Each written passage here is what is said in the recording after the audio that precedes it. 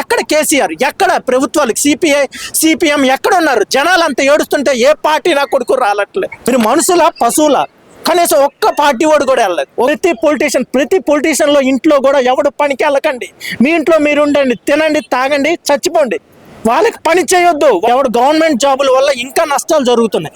ప్రతి government job వాడు ఏం చేస్తున్నాడు, 1st తారీఖు శాలరీ పడుతుందా, నేను బతికానా, నా పిల్లలు బతికారనే. కానీ ఈ డెసిషన్ మార్చుకోవాలి. ఇలాగైతే ప్రజల్లో తిరుగుబాటు వచ్చి పొలిటికల్ లీడర్ ఈదిలో తిరగాలంటే భయం వేస్తుందని నేను 100% చెప్తున్నాను. ఇప్పుడు ఏదో మాకు పోలీసులు మా వెనక్కున్నారు, నలుగురు జనాలు మా వెనక్కి తిరుగుతున్నారని మీరు ఇవన్నీ పరిపాలిస్తున్నారు. ఆకలి తీరిపోయినాక, చావులు దగ్గరకైనాక మీ చావులు ముందుకు వస్తాయనేది నిన్న పల్లగుద్ది చెప్తున్నాను.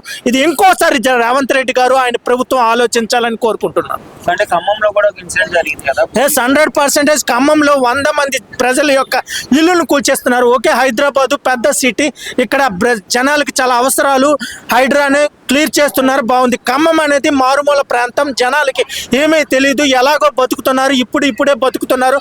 ఖమ్మం అనేది ఆంధ్ర తెలంగాణ బోర్డరు, అక్కడ ఏమీ సౌకర్యాలు లేక జనాలు ఎంతో ఏదో తింటూ బతుకుతున్నామన్న ప్రజల మీదకి వెళ్ళి, ఆ ప్రజలైతే ఉన్న ఇల్లులు, ఉన్న ఆస్తులు అమ్ముకొని ఇల్లులు కట్టుకొని ఏదో జీవిస్తుంటే ఆ ఇల్లులు పగలు కొట్టిస్తే కనీసం మా ఇల్లు చూడడానికి వెళ్తామంటే పోలీసులు లాగేసి వాళ్ళు పడేస్తున్నారు.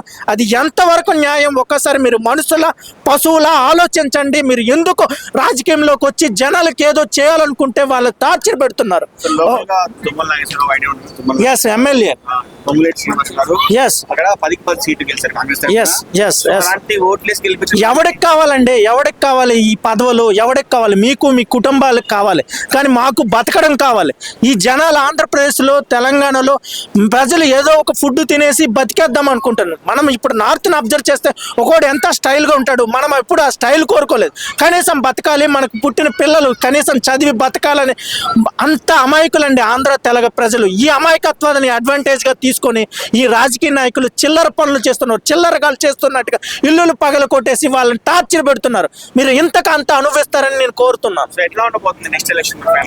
డెఫినెట్ గా అసలు వీళ్ళు గెలవడమే ఎక్కువ, అది గెలిచారంటే ఈ టార్చర్ చేస్తున్నారు. అది కాకుండా ఇప్పుడు వాళ్ళు టార్చర్ చేస్తున్నారు. ఎక్కడ కేసీఆర్, ఎక్కడ ప్రభుత్వాలు సిపిఎం ఎక్కడ ఉన్నారు? జనాలు అంత ఏడుస్తుంటే ఏ పార్టీ నా కొడుకు రాలట్లేదు. ఒక్కడొచ్చి మౌత్ ముందు కాదు, ప్రజలకి కనీసం చూడట్లేదు. ఓకే, ఆయనకి బుద్ధి లేదు, పడేస్తున్నాడు. మీరేం చేస్తున్నారు?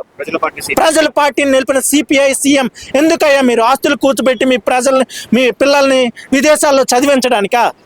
ఒకసారి ఆలోచించండి. Common sense. మీరు మనుషుల పశువుల?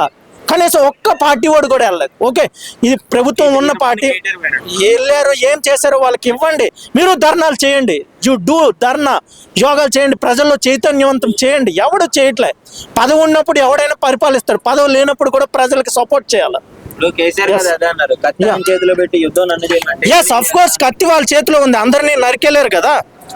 ఆ మాట బాగానే ఉంది, but you have to support them, then you will become again politician, then you will get the position. So ఈ రకంగా చేస్తున్నా కానీ మరి జరిగే ఎలక్షన్స్ ఎవడు అసలు జనాలకి వాల్యూ లేదు సార్, మనుషులకు వాల్యూ లేకుండా పోతుంది వీళ్ళు చేస్తుంటే. ఎవడు డబ్బు ఉంది, ఎవడికి పదవి ఉంది, వాళ్ళకే సెల్యూట్ చేస్తుంది. ఈవెన్ పోలీసులు కూడా, ప్రభుత్వాలు కూడా అసలు ప్రజలు పట్టించుకోవట్లేదు. అసలు ఎవడు గవర్నమెంట్ జాబుల వల్ల ఇంకా నష్టాలు జరుగుతున్నాయి. ప్రతి గవర్నమెంట్ జాబ్ వాడు ఏం చేస్తున్నాడు, 1st తారీఖు శాలరీ పడుతుందా, నేను బతికానా, నా పిల్లలు బతికారనే. కానీ మనం ఎంత సర్వీస్ ఇస్తున్నాం అనేది లేదు. చచ్చిపోయింది న్యాయం. ఎలక్షన్స్ లో జూబ్లీ ఎలక్షన్లు కానీ, మున్సిపల్ కానీ, సర్పంచ్ కానీ మరి ఎలా గెలుస్తున్నారు ఇంత అవుతున్నా కానీ? అంత డబ్బు మహిమ బ్రదర్, అంత డబ్బు మహిమ. ఆ క్షణానికి డబ్బులు ఇస్తే ప్రజలు ఓటేస్తున్నారు, కానీ ఆ ఓటు వేసిన ఓటే మీకు కత్తి మీ ముందుకి వచ్చి దూకుతుంది. ఇప్పుడు ఎవరైతే ఈ కుటుంబాలు ఇల్లులు పోయాయో వాళ్ళవే పోయాయని మీరు అనుకోవచ్చు రిమైనింగ్ ప్రజలు, కానీ మీకు ఆ సమస్య రేపు ఏర్పడుతుంది. రేట్లు పెరిగేస్తాయి. ఒక పెట్రోల్ కొనాలన్నా 500 అయిపోతుంది లీటర్. ఇవి మీరు ఇప్పుడే వీటిని ఖండించాలి. ప్రతి ప్రజలు వచ్చి ఈ మౌతుల ముందు మాట్లాడాలి, ధర్నాలు చేయాలి. ఇది జరిగితేనే ప్రభుత్వం భయపడుతుంది, లేదంటే ఎప్పుడు భయపడదు. ఒక్కసారి బంద్ ఎవరైనా ప్రకటించారా? ఈ హైడ్రా వల్ల చాలా మందికి ఇంత లాస్ జరుగుతుంది కదా. ఏ ప్రభుత్వమైనా బంద్. ఇప్పుడు ఈ మధ్య రీసెంట్గా 4-5 ఇయర్స్ నుంచి బంద్లే జరగట్లేదు.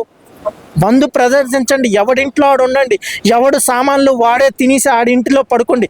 ఒక్కడు ఆటో తీయొద్దు, బస్సు తీయొద్దు, ఒక్కడు సామాన్లు అమ్మొద్దు, ఎవడు పాలు పెరుగు ఏది కొనకుండా ఇంట్లో ఉండండి. మనం కరోనా వచ్చినప్పుడు కొన్ని రోజులు ఉన్నాం చూడు, అదే విధంగా ఇంట్లో ఉండండి. అప్పుడు ప్రతి పొలిటీషియన్లో ఇంట్లో కూడా ఎవడు పనికి వెళ్ళకండి, మీ ఇంట్లో మీరు ఉండండి, తినండి, తాగండి, చచ్చిపోండి. వాళ్ళకి పని చేయొద్దు. వాళ్ళకి పని చేస్తే మీరు ఇంకా కిందకి వెళ్ళిపోతారు. నీ పక్కింటోడికి ఏదో తప్పు జరుగుతుంది, నువ్వు బతికితే కాదు, నీ పక్కింటోడు కూడా మానవుడే, నువ్వు మానవుడే. వాడికి సహాయం నువ్వు చేస్తే నీకు రేపు సహాయం జరుగుతుంది. చాలా టార్చర్ చేస్తున్నారు. యా, పక్క పార్టీ వాళ్ళని కాకుండా సొంత వాడికి కాంగ్రెస్ ఓటేసిన వాళ్ళ మీద కూడా ఇక్కడ కాంగ్రెస్ ఓటేసామా, కేసీఆర్ కి ఓటేసామా అనేది పక్కన పెట్టండి భయ్. ఒక మానవత్వంతో మనిషికి అన్యాయం జరుగుతుంది. ఒక మనిషిగా మీరు బయటికి రండి.